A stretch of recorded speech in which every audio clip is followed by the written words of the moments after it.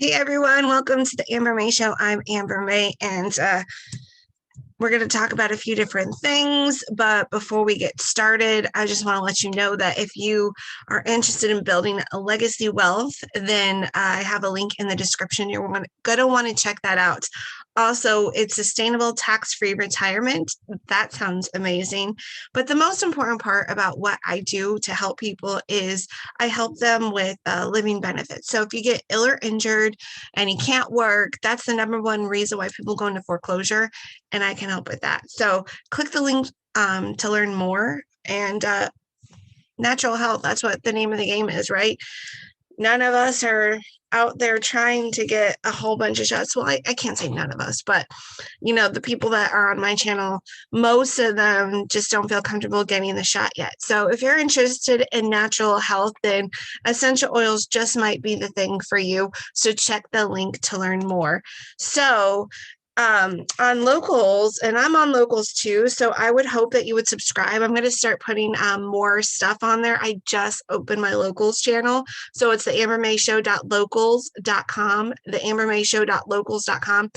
It's a freer platform, so click there to be like my backup channel.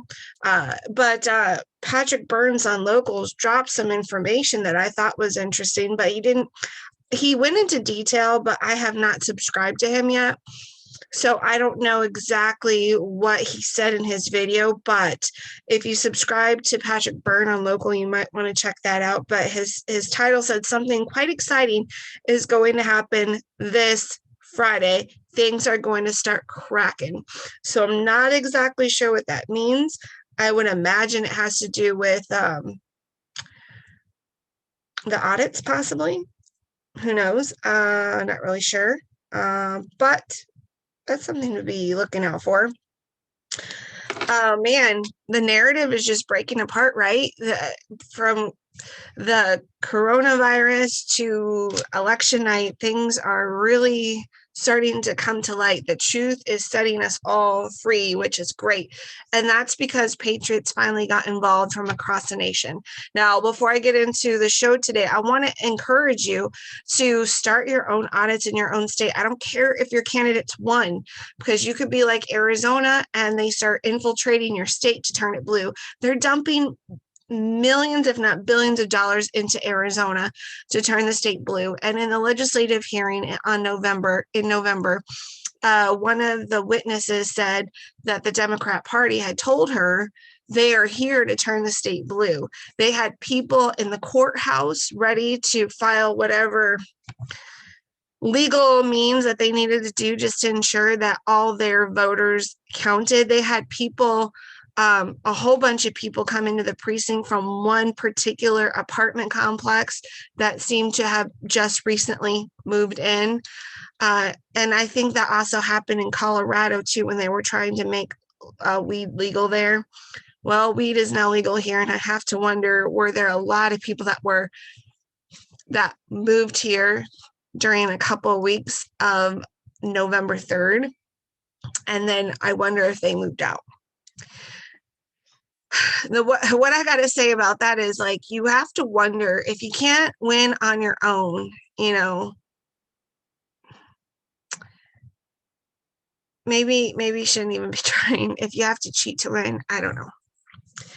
So let me tell you about what happened with Secretary of State Katie Hobbs. This, let's see, where's that story at?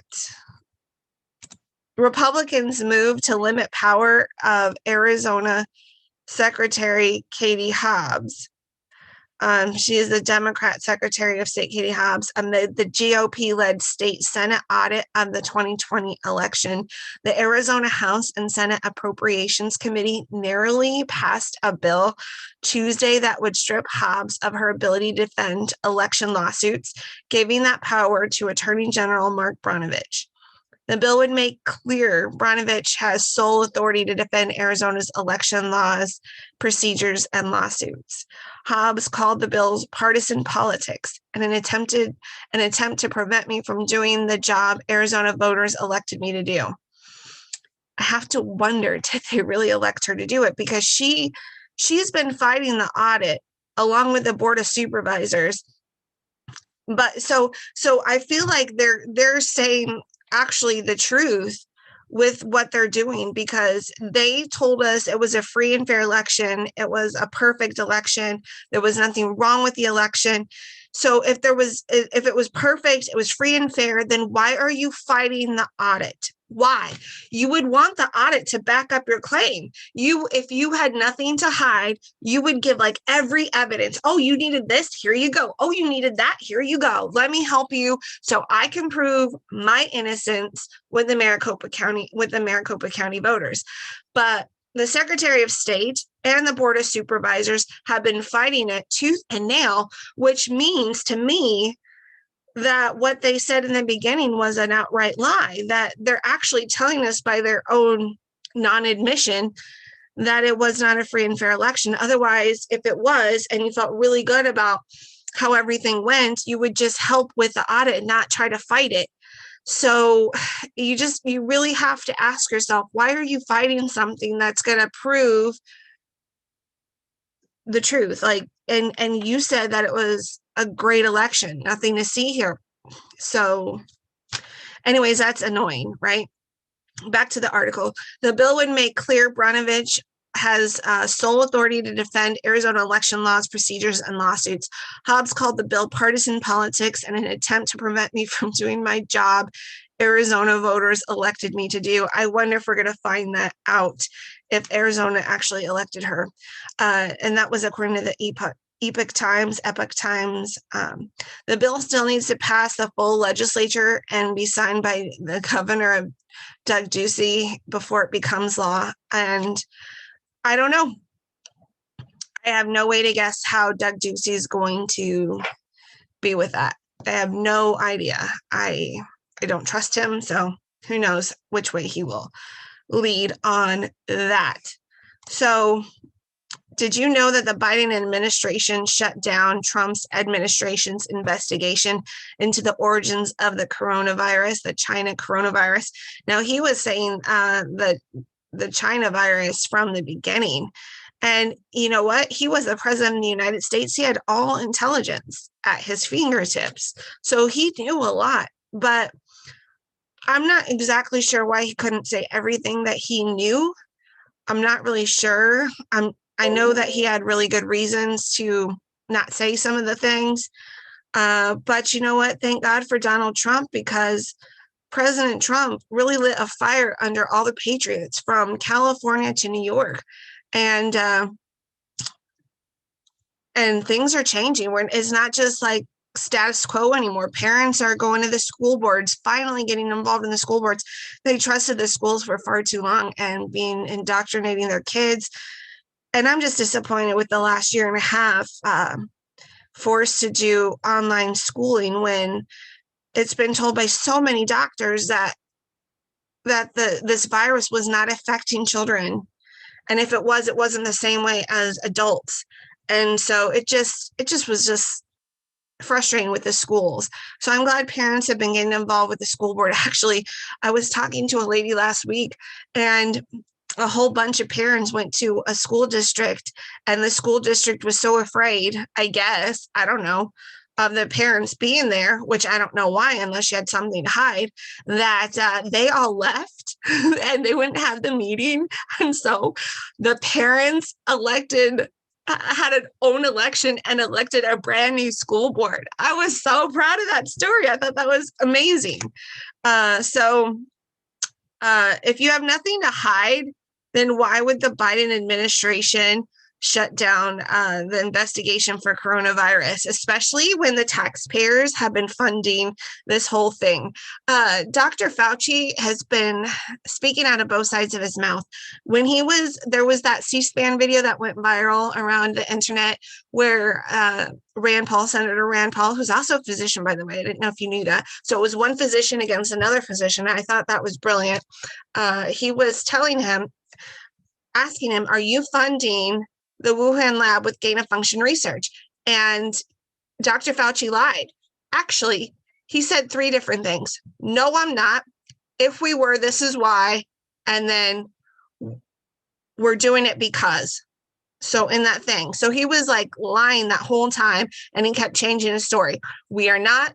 If we were, this is why, and we did it because. So he changed his story different times in the C-SPAN video.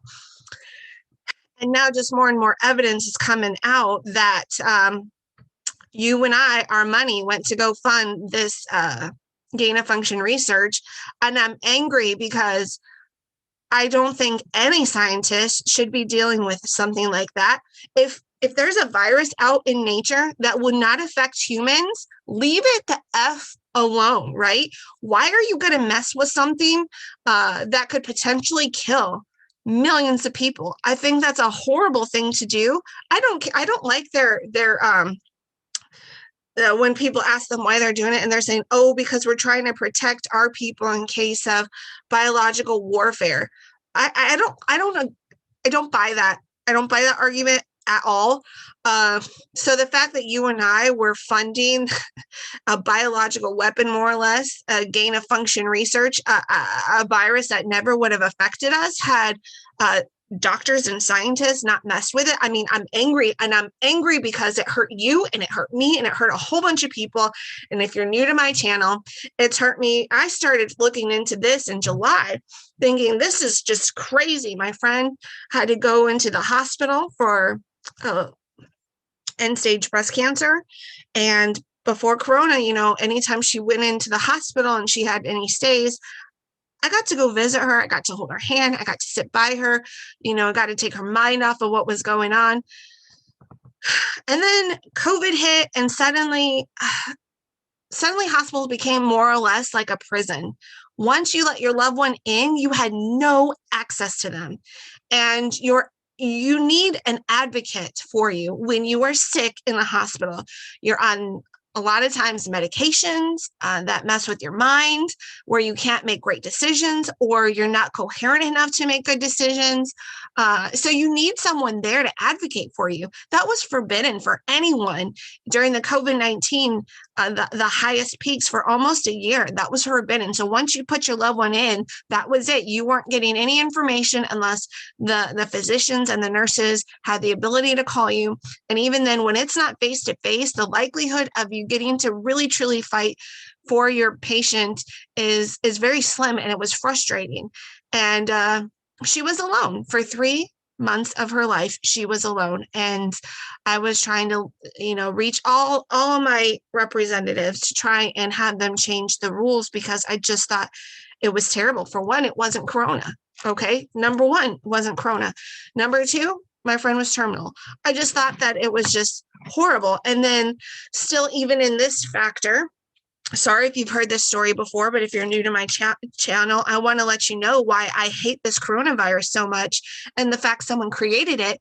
And it hurt me so bad that someone created it, because the last week of my dad's life, because of the restrictions, he was not dying of COVID. We had no idea my dad was even going to die. He was a liver transplant patient. His liver was doing good. His numbers looked good on blood work. But my dad started to complain of his heart. I just found out, as all this was unfolding in February, and the doctors put like monitors on his heart, and numbers were, it looked good. They couldn't figure it out. It was hidden from them. They didn't understand what was going on. Then find out a day before he died, he had a bacteria on his heart or fungus on his heart. We don't know.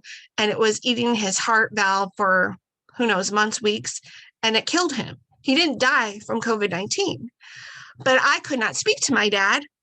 He went in on a Wednesday to the ER. Only one person was allowed in. He was in the ER for 48 hours.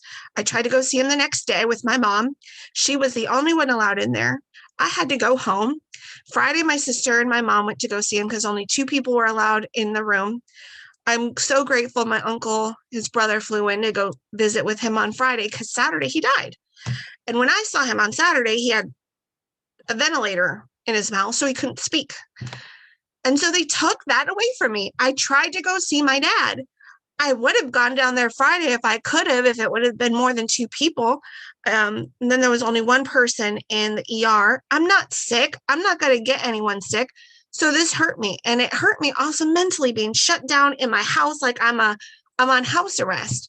And then think about this. How come all the big businesses got to stay open? during COVID-19, but they shut all the small business people down. You don't think the small business people could have followed the same wellness protocols as COVID-19 as the big businesses do? Really? You don't think that was possible? You don't think that was possible that the small businesses could have done the same guidelines as the big box stores? Oh, they absolutely could. But for whatever reason, and I don't even understand this, the middle class really is the key focus on destroying the economy. And I don't even know why we're the big hit. I guess they just want the super rich and the super poor. But the middle class, they want to destroy the middle class, and small business owners are right in the middle class. And they employ a lot of people.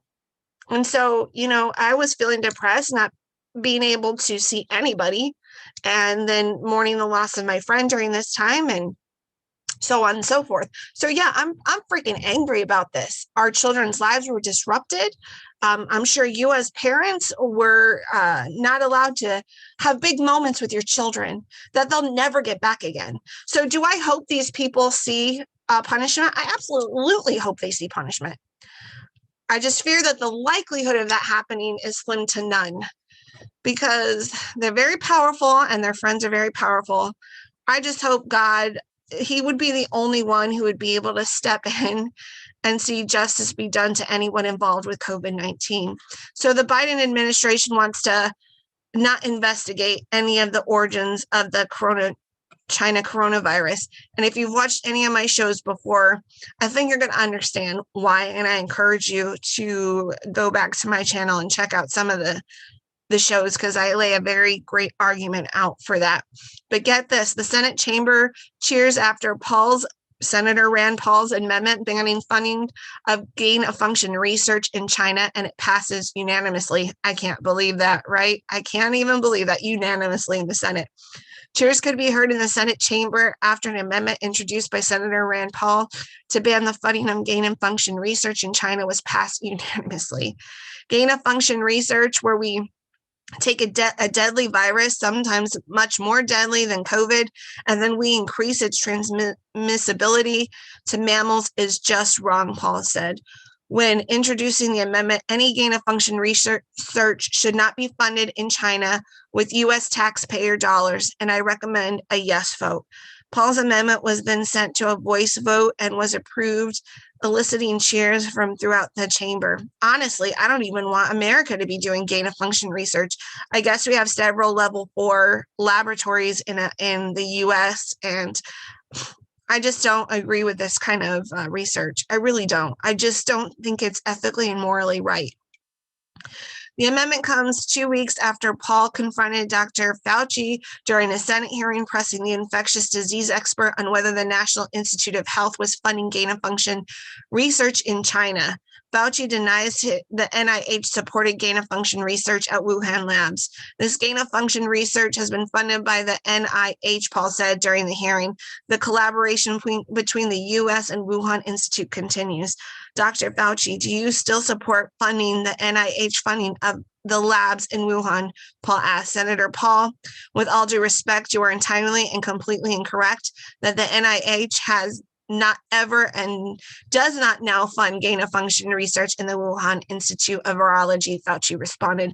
But on Tuesday, Fauci told lawmakers that the NIH sent $600,000 over 5 years to the Wuhan Institute of Virology to study where the coronaviruses found in bats were transmittable to humans, though he continued to deny that the funds went to gain-of-function research. That categorically was not done, Fauci insisted.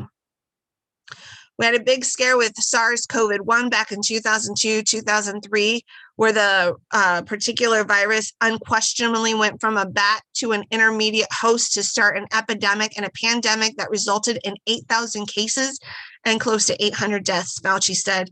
It would have been almost a dereliction of our duty if we didn't study this, and the only way you can study these things is if you got to go where the action is.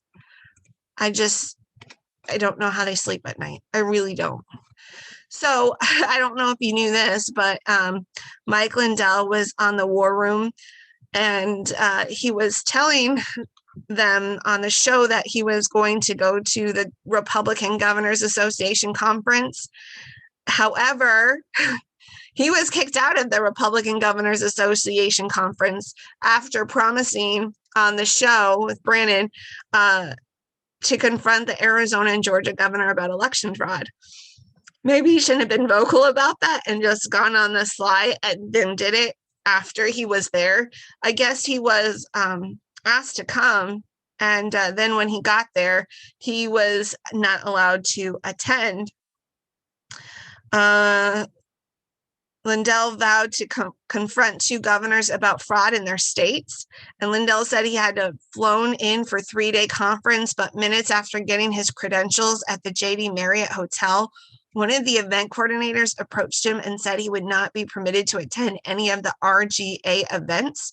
Earlier in the day, Lindell appeared on the Steve Bannon's War Room and stated that he would be confronting Georgia Governor Brian Kemp and Arizona Governor Doug Ducey about election fraud in their states at the conference. This is interesting. So I'm going to play this for you. I'm going to share this for you. 1 second.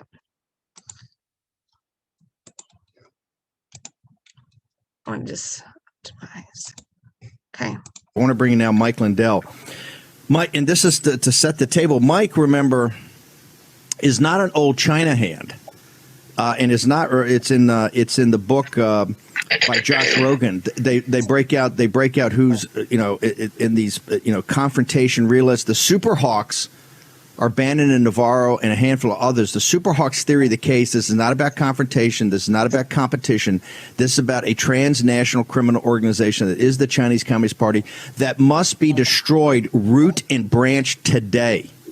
No compromise, no competition, no working together, no even beyond confrontation. They must be taken apart brick by brick, and they can be because of our technology and our capital markets. Actually, it'd be quite simple to do it if we had the political will to do it. Mike Lindell takes it from another angle. He says, hey, not only, I don't know about the Wuhan lab, but one thing I can tell you that they're in back of the big steal.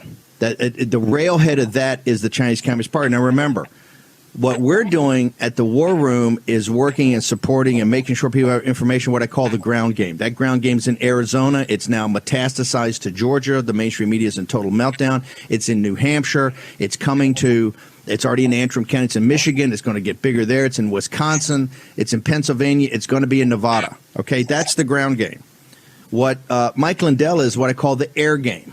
Okay, he's the air game. He's focused principally on the machines, right, which we really haven't. But his air game has a path. It has a glide slope indicator, right, that he's on the path there. So I want to turn now to Mike Lindell. First, Mike, I got to talk about what's going to happen today later. And this is all about spin and taking people's attention.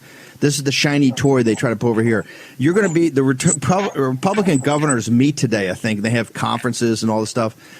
Correct me if I'm wrong. Is Brian Kemp of Georgia, is he the chairman of the committee at the Republican governors in charge of election integrity? Do I get that correct? This conference you're going to attend today?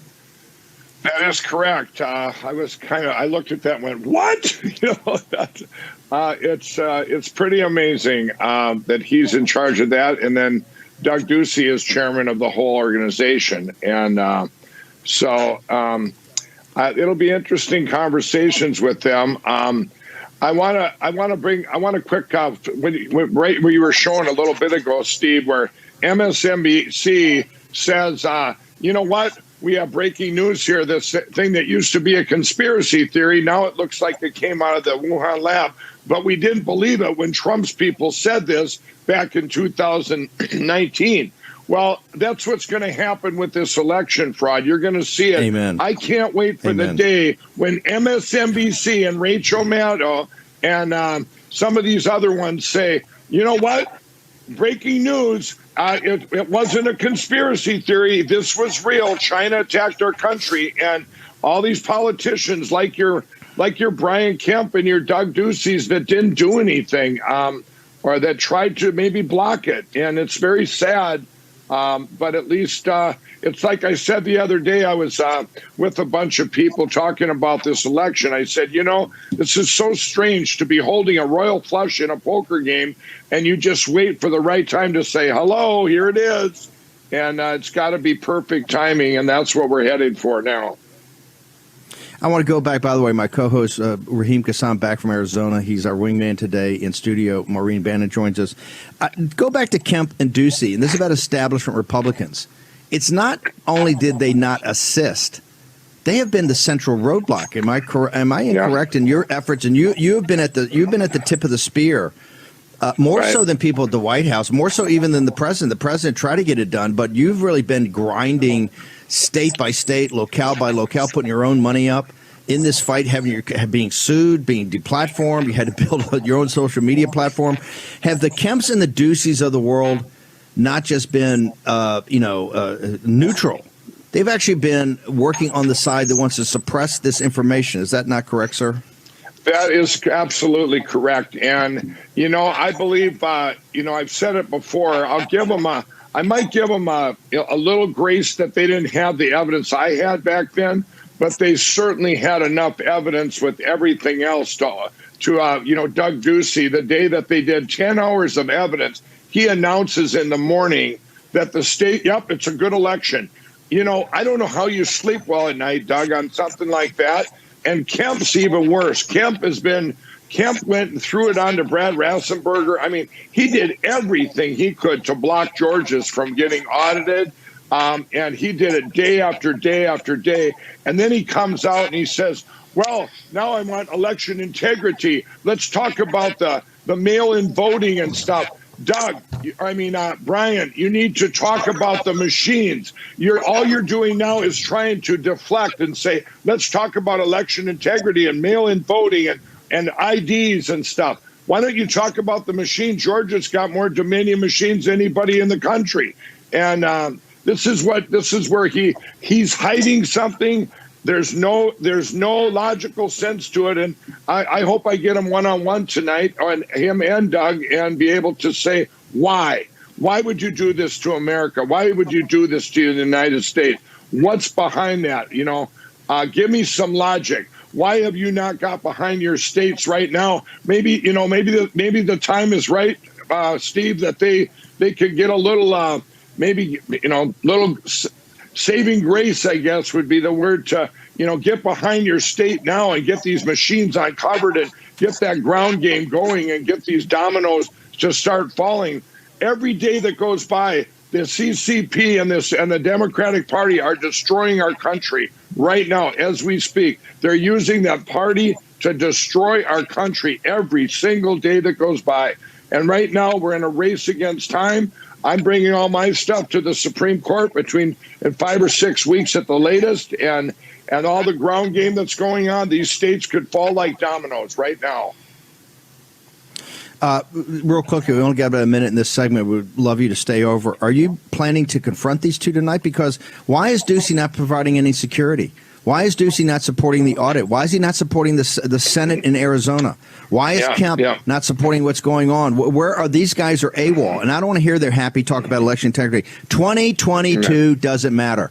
Forget 2024. Right. That might as well be in the next century. Only thing that matters is November 3rd and what's going on with these patriots. Real quick, Mike, do you intend to confront these individuals tonight? Absolutely. Absolutely. I just, for my own, I don't understand people that are like that. So I just want to understand where they're coming from, and I will have that answer. And, maybe they won't talk to me, but I certainly am going to ask them. I just want to know why. Okay, let's take. Yeah, so he wasn't even allowed to go because Doug Ducey and Brian Kemp were in charge. When Doug Ducey got that chairmanship, I was shocked. I was like, what? How did you get that? I don't know. I would have thought Ron DeSantis or Governor Abbott would have gotten it, not him. Anyways, well, that was the latest. That's what's going on in America right now. Hey, if you'd like to support this channel, there'll be a link in the description to do that as well. And again, find me on Locals, theambermayshow.locals.com. See you later.